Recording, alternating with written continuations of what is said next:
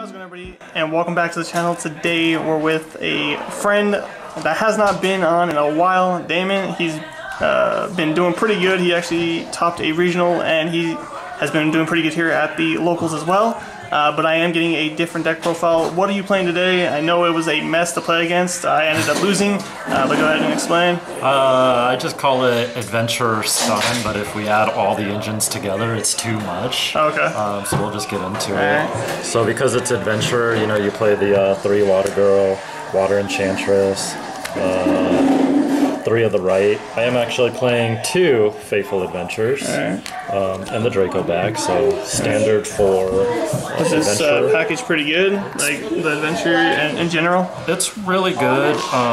Traditionally, back before the Despia format, it was used in combo decks, so you're allowed to combo. Yeah. But now I wanted to play more pure variants, so I'm playing the new card Illegal Knight, which is like a on-theme kaiju. I'm playing Magicore, which we're looking at it, it's just a name, it's not an effect. And then a new addition to the deck is Starlight Papillon.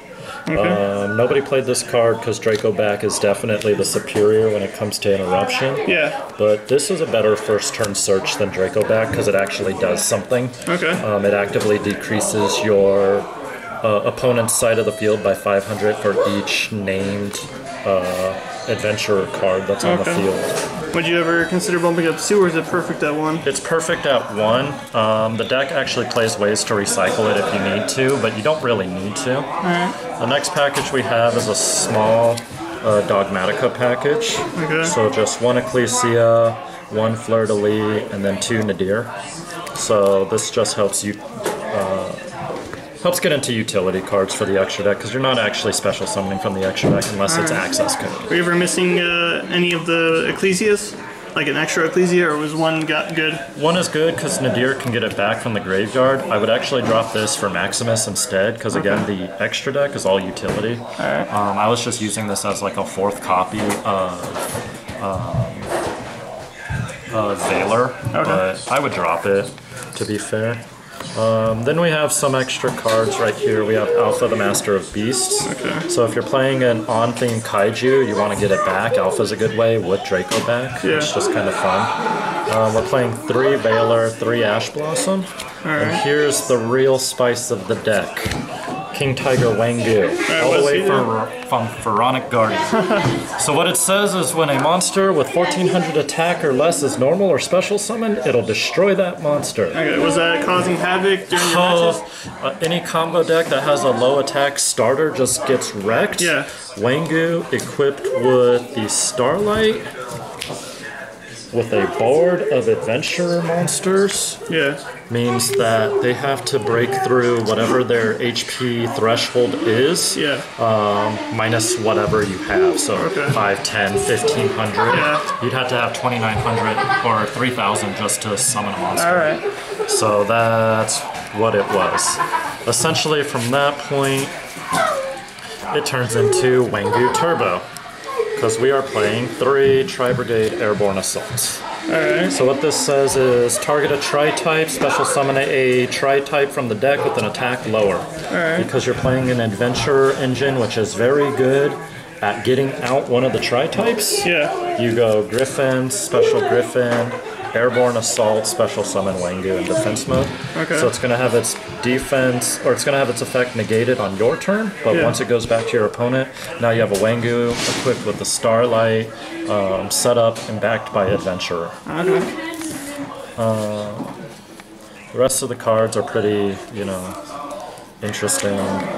You just have the 3 droplets. It's very important that you play droplets in Adventure because a lot of the Adventurer cards recycle themselves when they go away, mainly the Eclipse. So you can send an Equip, re-equip it to your token, so it's like a free cost. And then this deck lives and breathes by Small World.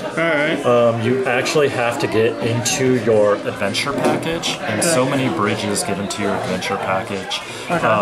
Any hand traps, so Ash plus Valor equals Water Girl. That's honestly the only one I know off the top of my head, but there are so many different bridges to get to the rest of your cards in the deck. And then for the trap cards, I play 2 Dogmatica Punishments and a Schism. Okay. Again, since your extra deck is just utility, you're rarely summoning from it. You can just dump more cards. And then Winda could be an option. I don't know. I never used it today. It never came up? Never came up. Would you keep it in? I'm thinking about dropping it because the adventure field spell, Forest of Lost Flowers, when a monster equipped with Papillon is on the field, that monster is unaffected by your opponent's activated card effects. Okay. So I think that's more protection just on top of what you have going. Okay. As for the extra deck, we have Titaniclad.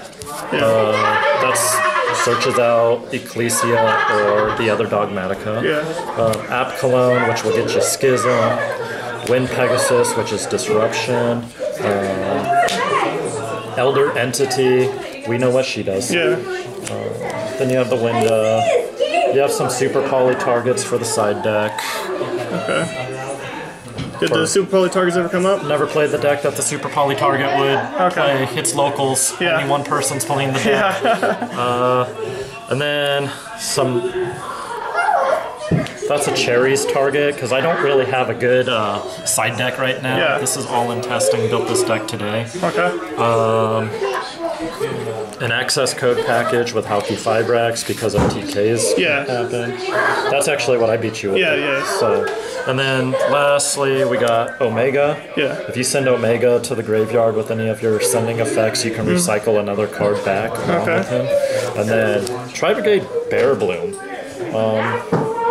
The reason why I decided Dogmatica cards was because you can ditch Bear Bloom with Punishment or Nadir Servant, search the Tri-Brigade Airborne Assault, get the Assault, target Griffin, get your Wangu, so it's actually really consistent on how you can set up adventurers with Wangu. Alright, cool. Anything else you want to add, or? I mean, side deck kind of matters. Okay. I'm just still working on it.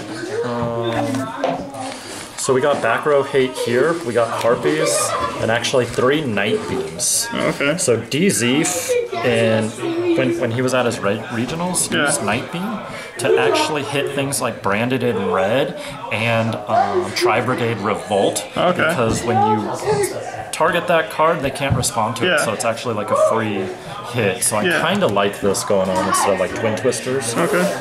Super Poly. Again, I have some Super Poly targets. That's good against Branded, but never came up today. Same thing with Dimensional Barrier. It's good against Sword Soul and Branded. Never played either. With a wide variety of Cherries targets? Of just extra deck targets, and then we have Cherries just on the side. Never came up because I never played the decks. And then Judgments. Alright. I mean, if anything, I kind of want to play Judgment in main. But it's still just a work in progress. A lot of people actually have been putting Warning in the side and even opting to play Warning. Would you consider still playing Judgment, or would you do the switch to Warning? I would play Judgment with a Warning. Hold a bunch of different variants. I got a buddy testing out Adventure Kaiju. And if you play Lava Golem, you can actually just Warning the Lava Golem on their turn. So it's kind of stupid, but it's one of those things. Like, just a lot of testing going on so far. I was going to play like just Adventure Imano Iwata with Small World, but then I started seeing King Tiger's application in today's meta, and with how Adventurer just supports King Tiger so well. The fact that you can summon a Tiger and they have to have something with like 2,500 attack, 3,000 attack, their first summon has to be so strong that it stops a lot of combo decks. I played against the Plant Link deck today. I played against your Tri-Brigade. I played against my buddy's fucking Kaiju. God, I hate mirror matches. And then lastly, I played against Dinos. I've always had a bad matchup against Dino, but he did say that just having Wangu on the board and trying to out it was really hard on his part. So part player skill, part deck matchup. I think this card is really good today as a Floodgate. Alright, well thanks for the deck profile, and until next time, I'll see you guys later. No problem. Have a good one.